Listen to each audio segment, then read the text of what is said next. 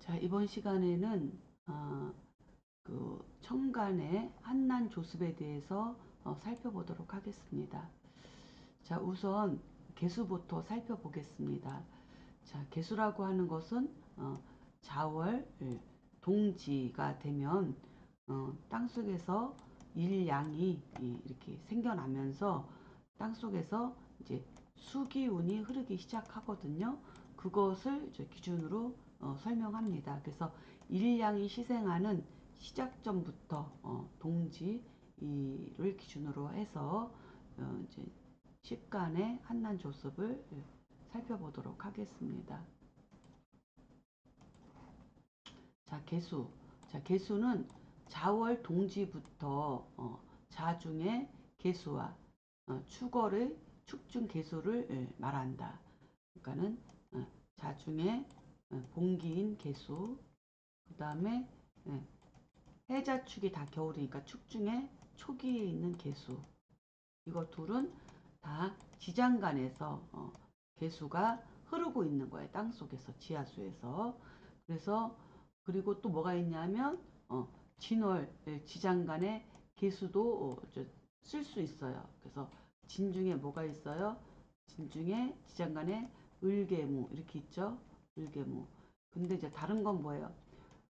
자월 개수는 그냥 봉기 자체가 개수니까 쓸 수 있는 거고요. 그 다음에 축중의 개수도 해자축이라서 이 축토는 개수, 겨울에 물의 토이기 때문에 이것도 그냥 쓸 수가 있는 거예요. 근데 이 진중의 개수는 중기에 있잖아요. 중기. 그쵸? 초기, 중기, 봉기에서 이 중기에 있기 때문에 지지에 있는 지장간, 지지 중에 지장간에 있는 이 중기라고 하는 것은 삼합이 있어야만이 이 발동해서 쓸 수가 있어요. 이것은 중기는 삼합의 기운으로 숨어 있는 거이기 때문에 그래서 진토가 있어도 자수나 축중의 개수처럼 바로 쓰지 못하고 이 진중의 개수를 쓰려면 삼합으로 연결돼야지 이제 쓸 수 있다. 요것만 달라요. 왜냐하면 진토는 목의 계절이기 때문에 임묘진 그래서 목의 계절이기 때문에 목이 더 대표성을 갖고 있기 때문에 이 개수는 삼합으로 연결돼야만이 쓸 수 있다. 하지만 없는 것보다는 진중의 개수도 굉장히 중요한 작용을 하죠. 땅 속에서는 개수가 있는 것으로 이렇게 숨죽이고 자기가 쓰일 때를 기다리고 있기 때문에 하지만 자중의 개수나 축중의 개수는 그냥 바로 쓰이는 거예요. 어떻게 쓰이냐는 이제 앞으로 살펴봐야 되겠죠. 자, 보면은 자, 개수는 자월 동지부터 자중 개수와 축월의 축중 개수를 말하는데 또 진월 지장간 개수도 쓸 수 있다. 그죠? 말한다. 개수를 말한다. 또 진월 지장간 개수도 쓸 수 있는데 진중 개수는 진중의 개수는 지장간 중기에 있으므로 삼합이 되어야 쓸 수 있다. 이렇게 조건을 좀 아셔야 돼요. 어쨌든 이 개수는 땅 속에서 윤택하게 흐르는 수예요.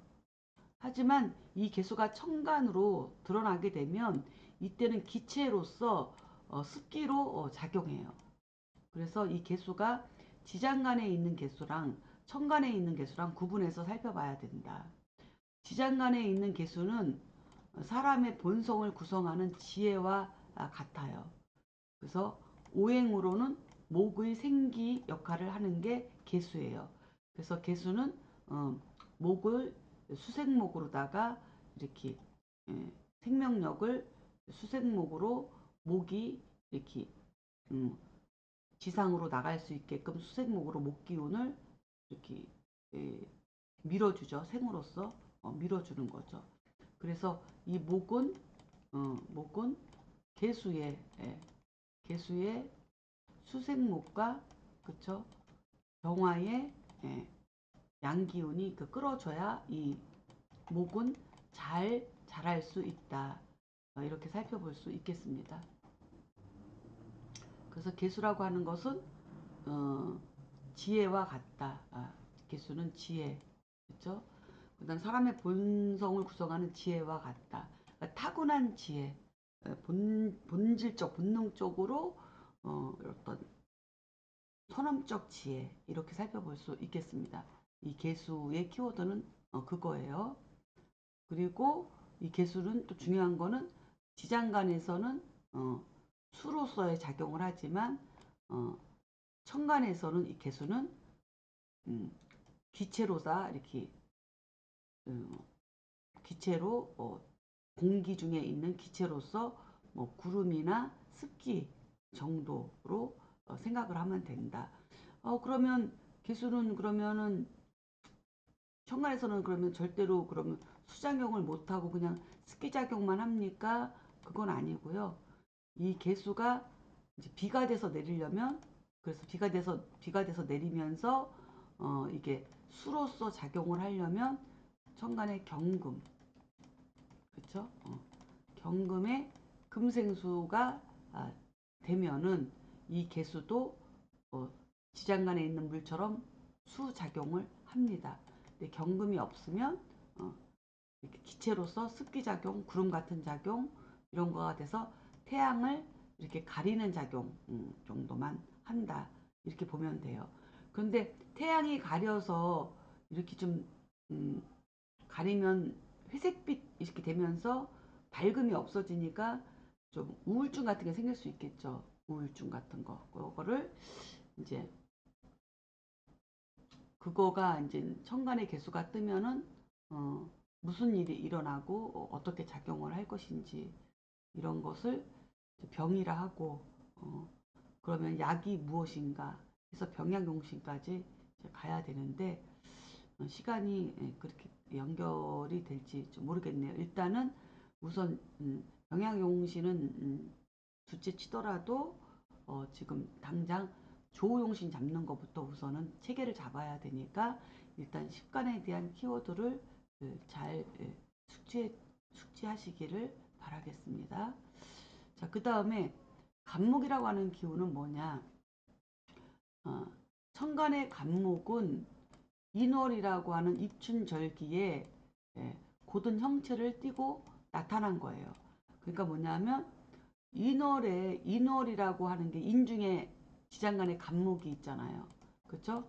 그럼 인중에 간목이 있는 이유는 뭐예요? 인월은 환경이에요. 입춘절기라고 하는 환경이에요. 근데 이 환경이 어떻게 만들어진 거예요? 천간에 있는 간목의 기운이 때가 돼서 이렇게 땅에 내려주면 인월이 되는 거예요. 봄이 되는 거예요. 이 간목의 기운이 이렇게 땅으로 내려와요. 그러면 이 간목의 기운이 천간에 있는 기운이니까 땅 속에 있다가 다시 이렇게 올라가는 거죠. 그래서 천간에 있는 기운과 만나면서 환경이 인월이라고 하는 입춘절기의 환경이 만들어지는 거예요. 지상에. 그렇죠? 그래서 이게 천간, 지지, 지장간 이렇게 이루어진 게 사주 구성이잖아요. 그래서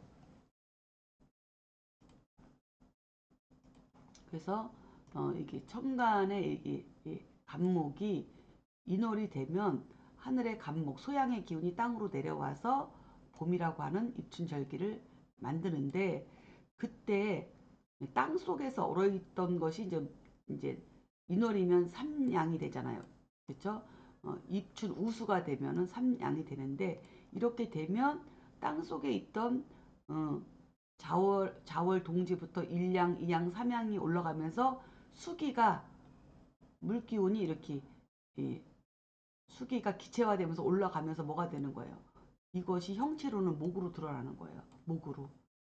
그래서 목 속에는 물이 있는 거죠. 물이. 그렇죠? 그래서 이 목은 수에서 나온 거예요. 수에서. 더 자세히 얘기하면 이 목은 종자라고 하는 금에서 나온 거죠. 금. 종자 씨앗에서. 목이라고 하는 것은. 그럼 이 종자 씨 속에는 뭐가 있어요? 종자 딱딱한 종자 씨를 깨보면 그 안에 수가 있어요. 수가 끈적끈적한 뭐 난자 정자 같은 이런 게 여기 안에 있는 거죠. 그러면 이렇게 이 수기운이 금에 이렇게 쌓여가지고 보호되어서 딱딱한 그 금기운의 종자 속에 수기운이 이렇게 있어가지고 땅 속에서 이렇게 땅 속에서 보호되고 있다가 이제 봄 기운이 이렇게 오게 되면 양 기운이 이렇게 땅으로 내려오니까 이렇게 금의 종자가 얼어있던 것이 양 기운을 받아가지고 얘가 이렇게 벌어지기 시작하죠. 이게 사이사이가 이렇게 벌어지기 시작하면서 이 안에 있던 그 수기운이 이 금기운을 뚫고 종자를 뚫고 이렇게 이 수가 양기운에 의해서 이렇게 올라가는 거죠. 이게 올라가는 게 이게 줄기를 만드는 간목의 기운이고, 그렇죠? 이 수기운이 이렇게 올라가서 지상에 나오면은 요게 이렇게 딱 이렇게 싹이 돼서 옆으로 이렇게 벌어지는 게 요게 을목이죠. 밭에 씨앗을 뿌린 것이 이런 식으로 나오는 거예요. 이렇게. 그렇죠? 이미 고목의 나무들은 어, 고목의 나무들은 겨우내 여기까지 뚝 잘라가지고 물기를 다 이 뿌리로 다 내려가지고 여기는 죽은 듯이 있었던 거죠. 가지가 다 죽어 있었어요. 뻣뻣하게 굳어가지고 다 말라가지고 얼어 죽지 않게끔 이 수기를 땅 속으로 이렇게 내려온 거예요. 내려놓은 거예요. 겨우내. 그래서 이 땅 속은 따뜻하니까 이게 얼어 죽지 않고 뿌리가 있다가 땅속에 수기운을 잘 뿌리에 갖고 있다가 이제 하늘에서 봄 기운이 이렇게 오게 되면 이 뿌리에 있는 수기운들이 다시 올라가는 거죠. 수기가 이렇게 올라가면서 이제 바깥에 딱딱하게 굳었던 가지들이 뻣뻣하게 굳었던 가지들이 수기가 올라오면서 물기를 먹으면서 여기서 다시 이렇게 싹이 나오기 시작하는 거죠. 싹이 나오기 시작하는 거예요. 이게 자연의 조화잖아요. 이게 수생목이에요. 이게 수생목이고 목생화예요. 그래서 양기운은 화기운이 땡겨오는 거고, 이 수가 양기운에 의해서 이렇게 따뜻한 양기운에 의해서 땅속에 있던 수기운이 올라오는 거잖아요. 그래서 수기가 쫙 올라가면서 생명력이 다시 생기면서 잎이 싹이 나고 잎이 벌어지고 꽃이 피고, 그리고 나서 다시 어떻게 돼요? 다시 딱딱하게 굳어서 이 종자가 가을에 말라서 땅에 떨어지면 또 겨우내 땅속에 있다가 또 이 금기운의 종자를 찍고 또 수기운이 또 양기운에 의해서 올라오면 이것이 줄기가 되고, 그 다음에 퍼지면서 이게 을목으로서 목이 무성해지고, 이러한 자연현상이 수화기제죠. 이게 수화기제예요. 수화화가 하늘과 땅이라고 하는 수화가 서로 이렇게 건너면서 만물을 만들어내는 그런 과정이라는 거예요. 다시 돌아와서 보면, 그래서 이 간목이라고 하는 것은 인월의 입춘절기에 이렇게 어, 땅 속에서 올라오는 줄기와 같은 거예요. 뿌리를 내리고 올라오는 줄기와 같고, 이미 나무가 이렇게 무성하게 있다가 잎과 가지가 다 떨어지고 다 죽은 듯이 이렇게 있지만, 겨우내 이 땅 속에서는 이 뿌리에다 수기운을 잘 간직하고 있다가 이 수기운이 다시 줄기를 타고 가지까지 뻗어 나가는 거, 이것이 간목인월의 입춘절기예요. 그래서 이게 올라오는 기운은 고든 형체로 올라오고, 이제는 바깥으로 나오면서 가지로 뻗어 나가면서 싹으로 나오면서는 이제 옆으로 퍼지니까 이게 을목으로서 부드럽게, 그쵸? 부드럽게 곡지게 운동으로다가 퍼져 나가고 무성해지는 거죠. 이건 을목이고, 올라오는 기운은 간목의 기운이고, 그런 거죠. 그래서 어, 그래서 간목은 한습한 기운에 찬 기운이 어, 땅을 뚫고 씨앗을 찍고 땅을 뚫고 올라오는 그런 고든 형체를 띄어서 직 곡직에서 고들직의 그런 기운을 띠고 나타나는 형체가 바로 물상의 간목이다. 그거죠. 형체를 띠고 나오는 거. 그래서 초목에 비유하면 신금의 종자에서, 그렇죠? 종자 속에서 그 근이 점차 자라나 줄기를 이루는 모양과 같다. 이걸 사람에 비유하면 개수의 종자 속에 있는 개수가 이렇게 양기운으로 수생목으로 양기운으로 올라오는 그 모양을 수생목으로 이야기를 하는 거고, 그래서 그 땅 속에서 뿌리를 내리고 줄기로 자라나면서 간목의 형체로 드러나는 모양이다. 이렇게 이야기를 하는 거예요. 사람에 비유하면, 사람에 비유한 게 아니네. 사람에 비유하면 개수라고 하는 수생목이 예, 수생목이 뭘 의미하는 거냐면 사람에 비유하면 개수의 수생목이란 개수의 수생목이란 음, 태어나서 어, 가정 교육을 받으며 자라나는 아동기와 같다. 이렇게 살펴볼 수 있죠. 사람에 비유하면 개수의 수행목이란 사람이 태어나서 그죠? 사람이 태어나서 가정교육을 받으며 자라나는 아동기와 같다.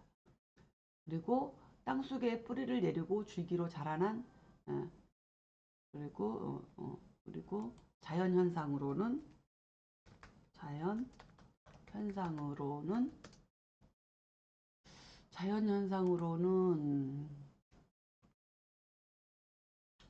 땅속에 뿌리를 내리고 줄기로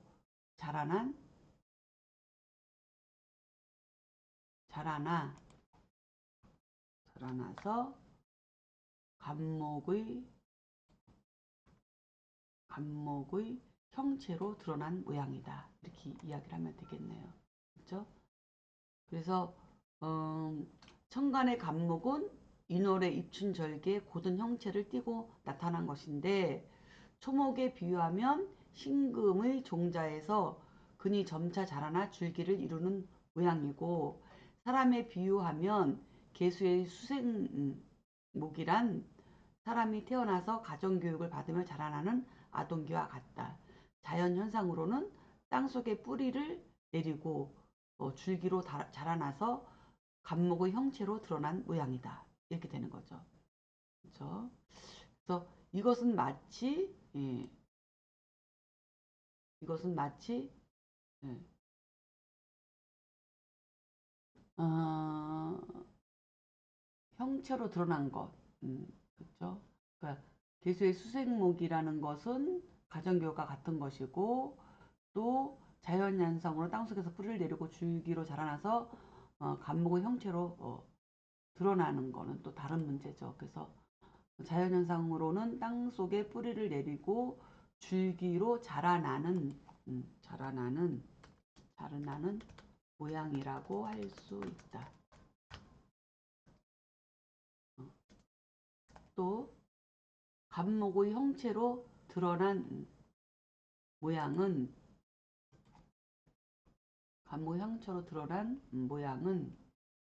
모양은 사람에 비유하면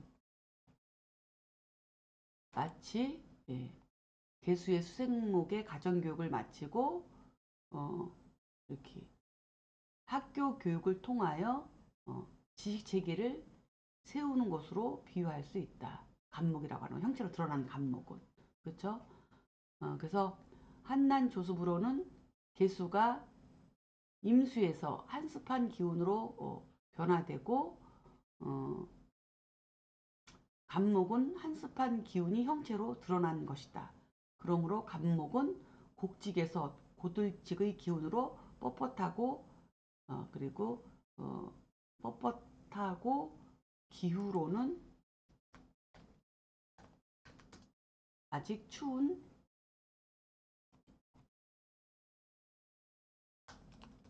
계절이다. 기후로는 아직 추운 계절이다. 이렇게 볼 수가 있는 거죠. 그래서 감목을 천간에서 딱 보면 이거를 다 이렇게 생각을 해야 돼요. 저 감목은 입춘절기에 고든 형체를 띠고 나타난 것이고 초목으로 비유하면 신금이라고 하는 종재에서 근이 점차 자라나 줄기로 뿌리를 내리면서 줄기를 이루는 모양이고 이걸 사람에게 비유하면 땅속에서 개수의 수생목으로 사람이 태어나서 가정교육을 받으며 자라나는 아동기와 같다.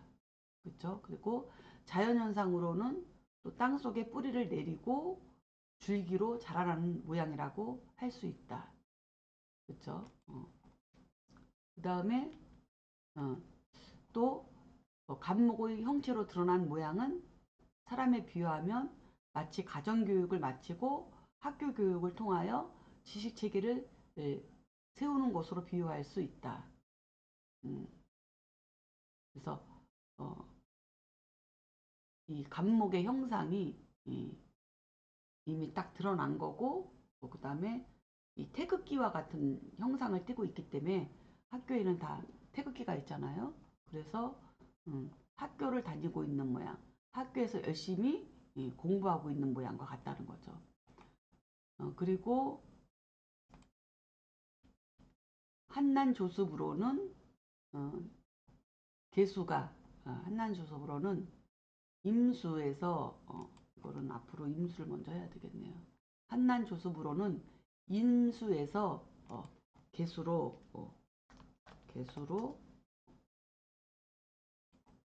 임수가 이제 개수로 바뀐 거죠. 그쵸? 임수에서 개수로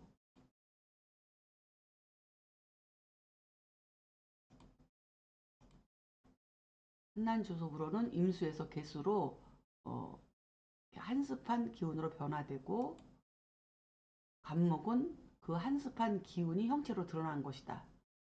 그러므로 갑목은 곡직에서 고들직의 기운으로 뻣뻣하고 기후로는 아직 추운 계절이다. 이렇게 이제 살펴볼 수 있어요. 그래서 갑목을 보면 이런 거랑 연결을 시켜야 돼요. 그래야 한난조습을 알 수가 있는 거죠. 개수는 습한 천간으로 올라오면 습한 기운이고 갑목은 아직 춥고 한습한 기운으로 형체가 드러난 갑목이다. 갑목은 그런 것이다. 그리고 사람에 비유하면 수생목으로 줄기를 뿌리를 내리고 올라와서 이제는 학교에서 공부하는 산과 같다. 이렇게 살펴보면 되겠습니다. 자, 그럼 을목을 살펴보겠습니다. 자, 을목은 천간의 을목은 갑목에서 그쵸? 천간의 을목은 이미 갑목이라고 하는 것은 이제 줄기와 뿌리가 타고 올라왔어요. 이건 갑목이에요. 갑목. 그러면 을목은 이미 다 말라서 죽은 나뭇가지에 다시 생명이 다시 이렇게 나온 거잖아요. 수기운이 쫙 빨아 올려져 가지고 갑목이 수기운을 쫙 빨아 올려서 을목에게 수기운을 다 이렇게 나눠주는 거죠. 갑목이 쭉 뻗어주는 거죠. 이 가지에다가. 그러니까 다 죽어있던 나무가 다시 생명력을 받아가지고 여기에 잎이 나기 시작하면서 무성해지는 거. 이게 을목이에요. 을목. 그러니 갑목은 이 기둥과 같고 줄기와 같으니 갑목은 하나가 있으면 하나의 역할을 하지만 을목은 이 가지 하나를 똑 잘라서 이걸 을목이라 할 수 없고 이 전체가 다 을목이기 때문에 무성함 자체가 을목이기 때문에 을목은 그냥 무성한 거예요. 을목은 그냥 천간에 하나만 있어도 굉장히 많은 거예요. 무성한 거예요. 이 자체가 을목이기 때문에. 그렇죠? 이런 거를 좀 구별을 하셔야 돼요. 그래서 이 천간의 을목은 갑목에서 가지와 잎으로 뻗어나가는 형체를 띠고 있다. 그래서 초목에 비유하면 을목은 이제는 난습한 기운이에요. 그러니까 이 갑목은 한습한 기운인데 이미 이게 시간이 흘러서 이렇게 이제는 벌어져 가지고 이게 무성하게 만든다는 것은 이제는 바깥으로 나왔기 때문에 하늘의 태양을 만난 거죠. 하늘의 태양을 만났기 때문에 이 습한 기운이 땅속에서 한습한 기운이 아니고 바깥으로 나왔기 때문에 난습한 기운을 만난 거예요. 따뜻할 난자에 습한 기운이 만나서 이제 잎이 벌어지고 나뭇가지가 벌어지고 여기서 꽃이 피고 이렇게 되는 거죠. 그래서 이러한 과정을 저는 비유를 하면은 초목에 비유하면 을목은 이미 병화를 만나서 개화가 이루어져서 무성해진 모양과 같다는 거예요. 이것을 사람으로 비유하면 갑목에서는 학교 공부를 끝내고 이미 이제 바깥으로 나왔기 때문에 사회생활에서 사회생활을 하고 있는 모습. 그래서 무성하게 나와가지고 갑목끼리 서로 경쟁하면서 이제는 꽃을 피우고 열매까지 맺으려고 경쟁하는 환경에 처한 것과 같다. 사람에 비유하면.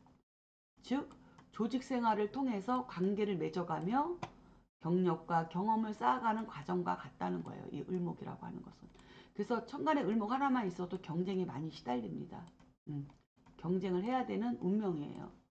그래서 이 을목은 병화를 만나서 난습한 기운이 되기 때문에 이 개수와 병화를 만나야 꽃을 피울 수 있다.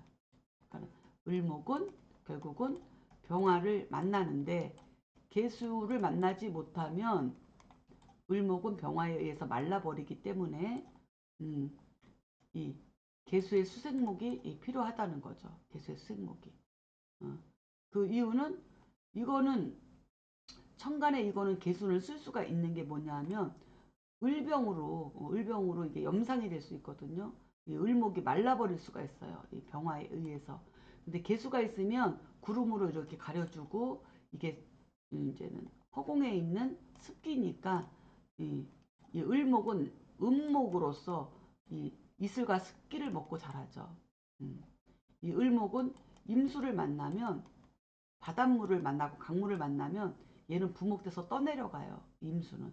그래서 얘는 개수를 만나야 돼. 개수를. 그렇죠? 그래서 이렇게 그래서 이 을목은 난습한 기운으로서 그걸 유지해야 되기 때문에 습기도 유지해야 되고 따뜻한 기운도 유지해야 되니까 개수와 병화를 만나야만이 을목은 그 경쟁에서 자기 역할을 할 수 있고 꽃을 피워야 나중에 경금이라고 하는 열매를 맺을 수 있기 때문에 일단 개수 병화가 가장 중요하다. 이렇게 살펴볼 수 있습니다. 그래서 을목은 뭐 한 거예요? 난습한 기운. 갑목은 한습한 기운. 개수는 습한 기운. 한난조습을 이렇게 이해를 하셔야 돼요. 그렇죠? 자, 그 다음에 병화입니다. 자, 병화는 천간의 병화는 난기죠. 따뜻한 기운이에요. 그래서 만물의 생장에 관여해요. 만물의 생장은 뭐예요? 목을 길러내는 것, 그렇죠?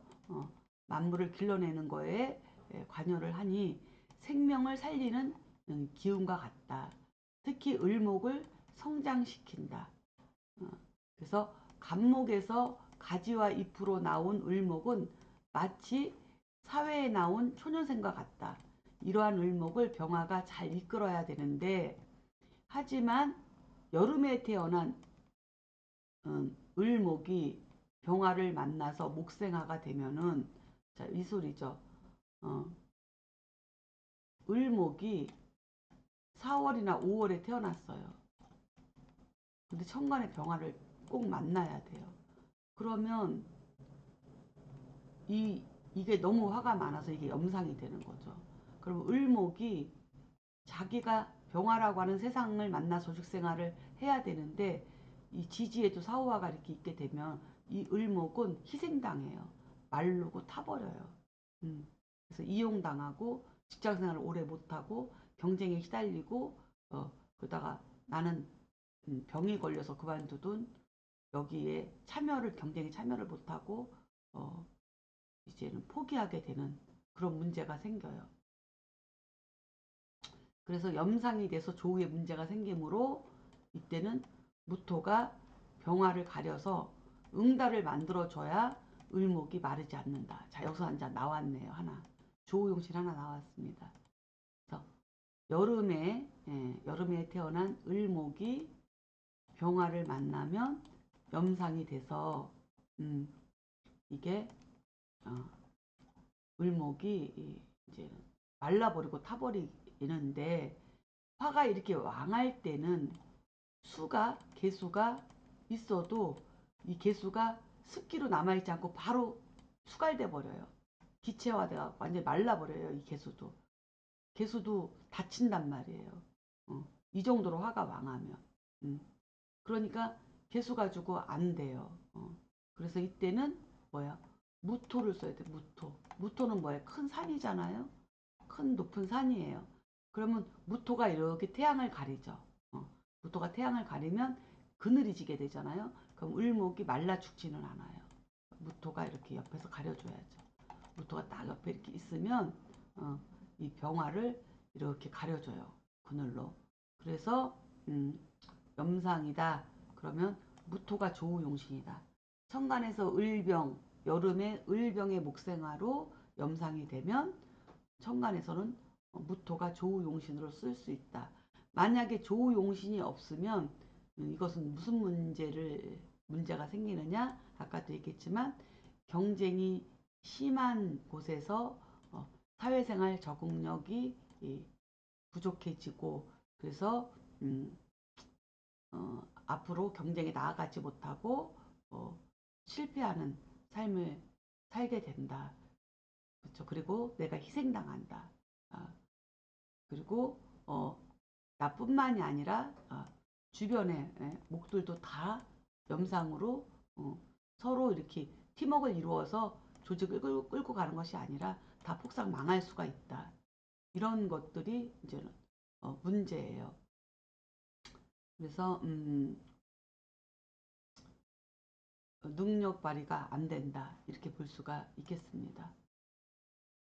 자, 그 다음에 이제 정화예요. 그래서 정화는 어쨌든 난한 기운인데 목생화가 되거나 4, 5월이면은 난기가 너무 지나쳐서 염상이 돼 버린다. 그러면 모든 초목을 다 불태운다. 그러니까 병화가 초목을 살리는 기운이 아니라 모든 초목을 다 말려 죽인다. 그러한 문제점이 생긴다. 이렇게 살펴볼 수 있겠어요. 자, 그 다음에 정화예요. 자, 여기서부터는 좀 정신을 바짝 차려야 돼요. 이 정화는, 천간의 정화는 마른 기운이에요. 마른 기운. 그 정화는 열이거든요, 열. 그래서 이 병화가 더 지나쳐서 그 다음에는 마르는 정화 기운으로 이렇게 시간상으로 더 발전한 거예요. 그래서 병화는 그래도 목을 살리는 기운이라고 하면 정화는 이게 연루작용하기 때문에 병화가 너무 지나쳐서 연루작용하는 극단으로 온 거이기 때문에 모든 생명체를 다 말리는 기운으로 말려. 그래서 결국은 말린다는 것은 죽인다는 거야. 죽이는 거야. 병화는 목을 살리는 기운, 목을 살려서 꽃을 피우게 하고 열매를 맺게 한다면 정화는 나무를 말리는 거야. 그래서 꽃이 있으면 꽃을 살리는 게 아니라 꽃잎을 따가지고 꽃잎을 말려가지고 꽃차를 만드는 거야. 꽃을 말려갖고 조화를 만드는 거야. 이 정화는. 즉, 이 정화는 말리고 죽이는 기운인데 그렇다고 해서 그걸 못 쓰게 만드는 게 아니라 가공을 해서 모든 농산물을 말리고 가공을 해서 오랫동안 먹을 수 있게끔 사람한테 이롭고 신체에 이롭고 건강에 이롭고 그 다음에 곡식이 썩지 않게 가공해서 말리는 작용을 한다 이렇게 보면 돼요. 정화는. 병화까지는 농사 짓고 자연에서 오는 걸로다가 생명을 살리는 거라고 하면 정화부터는 이것을 가공을 해서 인간에게 이렇게 쓸 수 있게끔 연구하는 그러한 과정이다. 이렇게 살펴볼 수 있습니다. 근데 이것을 가공을 잘 해야죠. 가공을 잘못하면 다 태워버려서 쓸모없게 만들 수도 있기 때문에 그 부분을 구분을 해야 되겠어요. 그쵸? 자, 그래서 천간의 정화는 마른 기운이다. 그래서 이 계절로는 이게 마른 기운은 가을이죠. 가을. 그죠? 아까 병화는 난한 기운으로 여름이었어요. 여름. 그쵸? 그리고 아까 개수는 습한 기운으로서 이거는 봄이었어요. 습한 기운으로. 그래서 병화는 습한 기운, 병화는 따뜻한 기운, 정화는 마른 기운이고, 그렇죠? 그리고 임수는 겨울, 추운 기운. 그래서 기운은 기라고 하는 것은 수화만을 가지고 이야기하는 거예요. 수화. 그래서 다시 정리하면 개수는 습기, 그렇죠? 습한 기운. 병화는 난한 기운, 그렇죠? 그 다음에 정화는 조한 기운, 임수는 찬 기운. 그래서 이거는 한, 난, 조, 습. 그래서 수하는 이런 기를 이야기한다. 기를 이야기한다. 금목은 물질이죠. 금목은. 금목은 형체로 드러난 물질을 얘기하는 거예요. 금목은 물질. 수하는 기운. 이렇게 정리를 한번 해보면 될 것 같아요. 자, 그래서 천간의 정화는 조한 기운으로서 사물의 본질을 구성하는 기운이에요. 아까 계수는 인간의 본질을 구성하는 지혜와 같다면 정화는 사물, 물질의 본성을 구성하는 기운과 같고 그 물질을 연구하는 기운이다 이렇게 보면 돼요. 그래서 산업 현장에서 생산에 필요한 지식과 기술 그리고 예체능과 같은 것에 이제 쓰이는 것이 바로 이 정화이다. 사람으로 비유하면 사물의 본질을 연구하고 개발하는 능력으로 기술력을 보유하고 있는 것과 같다. 이렇게 정화는 살펴볼 수 있습니다. 정화는 마른 기운 그리고 열이다. 조한 기운이면서 열로 작용한다. 이렇게 살펴보고요. 자, 그 다음에 무토. 자, 이 무토는 중화지기로서 한난의 기운, 즉 뭐야? 임수의 찬 기운과 병화의 난한 기운, 그쵸? 이 기운들을 이 무토가 이렇게 흡수해요. 찬 기운을, 냉한 기운을 무토가 가리고 흡수하고 병화의 너무 뜨거운 기운을 화생토로 흡수하고 찬 기운을 토국수로 취해오고 병화의 너무 뜨거운 기운을 화생토로 설기해오고 이러면서 이 토는 무토는 음양, 찬 기운, 한난의 기운을 조절하는 역할을 해요. 그래서 호흡하듯이 이렇게 빨아들이는 흡하는 운동으로서 병화의 난한 기운과 임수의 한한 기운을 흡수하고 조절하는 기능이에요. 사람으로 비유하면 자신의 이렇게 한한 기운은 물질적 욕심, 그다음에 난한 기운은 높게 오르고자 하는 명예적 욕심, 이런 지나친 욕망을 이 무토가 조절해 주는 거예요. 임수의 물질적 욕심이 음이니까 물질적 욕심이고 병화는 양이니까 명예적 욕심이죠. 이것이 너무 지나치면 수가 너무 그만수랭으로 지나치면 모든 만물을 얼어 죽이고 화가 너무 그 명예욕이 너무 지나쳐서 경쟁에서 무조건 이기고자만 하는 그러한 것을 갖고 있게 되면 세상을 다 불태우고 주변을 다 말려 죽이는 이런 일들이 생기니 이 두 기운을 조절하는 게 바로 무토이면서 이것이 조우용신이 되는 것이다. 이렇게 보는 거예요. 그래서 세상의 변화, 정보를 무토는 감지해요. 높은 산이기 때문에. 그래서 세상의 트렌드를 읽어내는 능력을 갖추고 있는 것이 또한 무토예요. 그래서 세상의 변화, 정보를 감지하여 자기 투자와 자기 개발을 잘 조절하는 그런 기운과 같다. 무토라는 것은. 이렇게 살펴볼 수 있고요. 그 다음에 이 기토라는 것은 흡하는 기운이 무토라고 하면 내뱉는 기운, 호하는 기운, 호흡이죠. 내뱉는 기운이 호예요. 그러니까는 이거는 내뱉는 기운, 그러니까 무토가 이렇게 찬 기운과 난한 기운을 이렇게 흡수해서 자기의 짝인 기토한테 넘겨주면 이 기토는 이 개수의 찬 기운을 이 기토가 무토한테 받아가지고 개수로다가 이렇게 뱉어내고 이 병화의 따뜻한 기운은 기토가 무토에서 흡수된 이 병화를 기토에서는 정화로 토해내는 거죠. 그래서 이 임수와 병화는 한난이라고 하는 온도의 춥고 따뜻한 거를 관장하는 거라고 하면 기토를 통해서 나온 개수와 정화는 음이기 때문에 이거는 실질적인 물질에서 우리가 물질에서 금목을 실용적으로 쓸 수 있게끔 만들어내는 그러한 원동력이다. 이렇게 살펴보면 되겠습니다. 그래서 기토를 호하는 운동성으로 무토가 인식한 한난, 춥고 더운 기운을 이거는 조한 기운과 습한 기운으로 변화시켜서 만물의 성장을 돕는 바탕이 되는 거예요. 개수는 인간의 생명을 돕는 기운, 정화는 만물의 쓰임을 돕는 기운, 이런 것으로 바뀌는 거죠. 사람으로 비유하면 자기 변화 인식을 통한 개발 가치 상승에 대한 효과로 나타난다.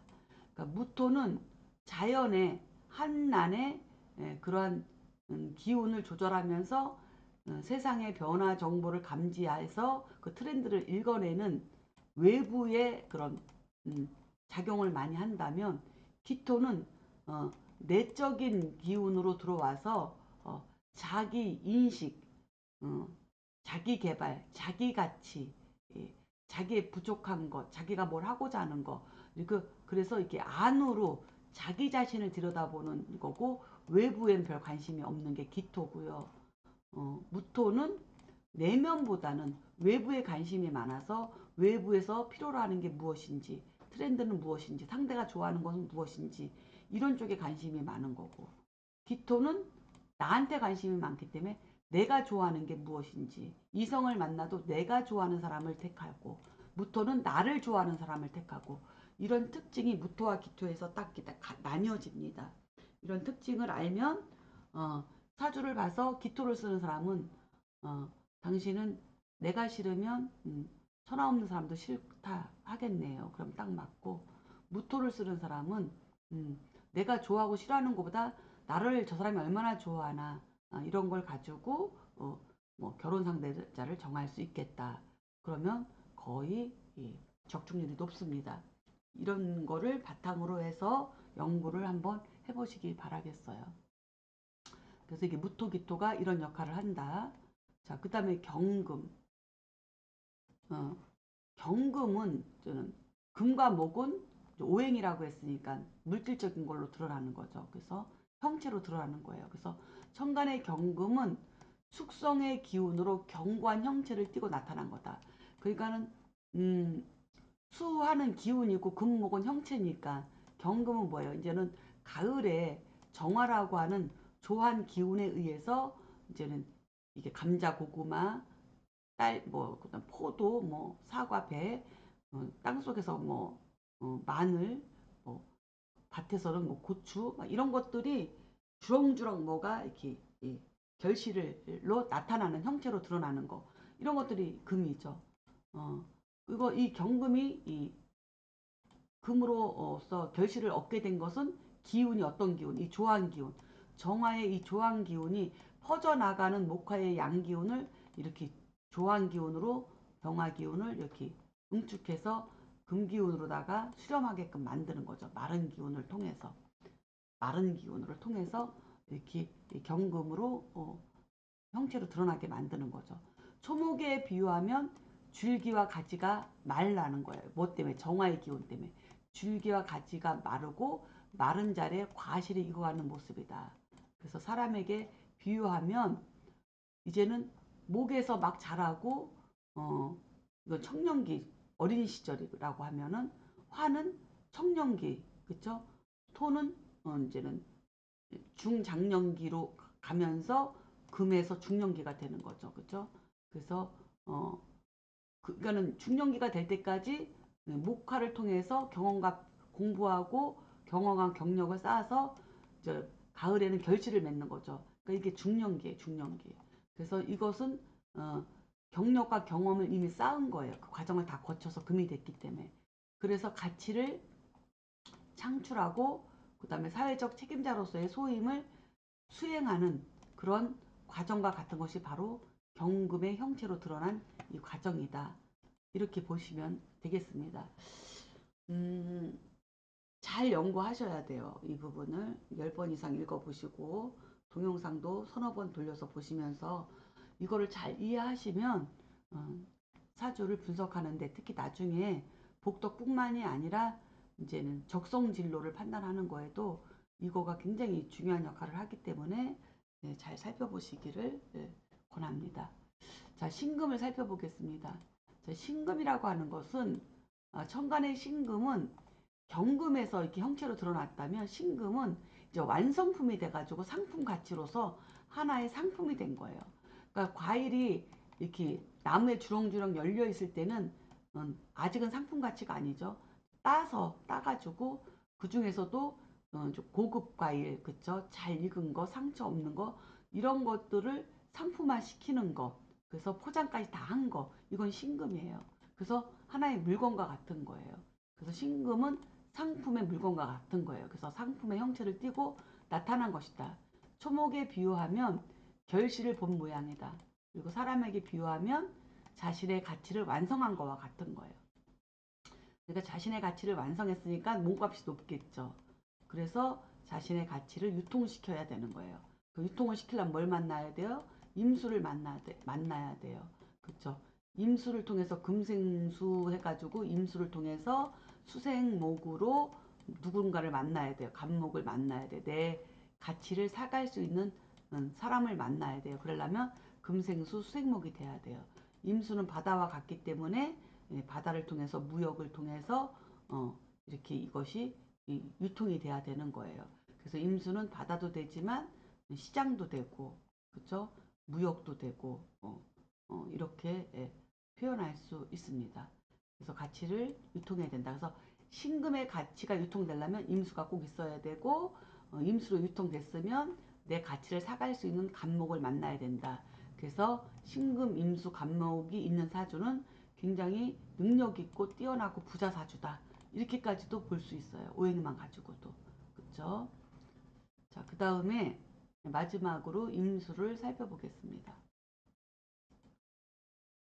자, 임수는 천간의 임수죠. 이거는 찬기운이에요. 한기. 한겨울이고. 그래서 한기로서 만물의 성과 멸에 관여해요.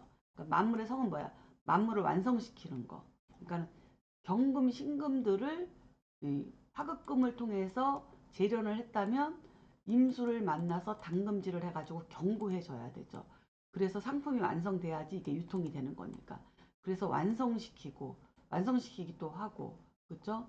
그 다음에 병화를 수국화를 해갖고 생명을 살려내는 것을 수국화를 통해서 생명체를 죽이는 멸하는 역할도 한다는 거예요. 공산품으로 만들고 물건으로 만드는 거죠.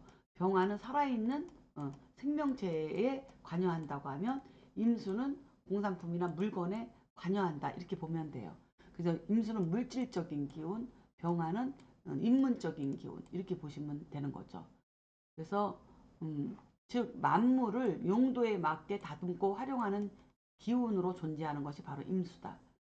병화가 사람의 쓰임을 알고 사람을 적재적소에 쓰고 사람을 길러내는 것이라면 임수는 경신금을 보고 사물의 쓰임을 알고 그 가치를 적재적소에 활용하는 능력과 같은 것이다. 이렇게 살펴볼 수 있습니다. 자, 여기까지가 10간의 한난 조습을 살펴봤습니다. 그러면 다음 주에는 오행을 다스리는 법과 그 오행에 대해서 총정리를 마저 한 다음에 조우용신, 봄, 여름, 가을, 겨울에 조우용신 잡는 법과 조우용신을 어떻게 활용하는 것인가에 대해서 살펴보도록 하겠습니다. 자, 수고하셨습니다.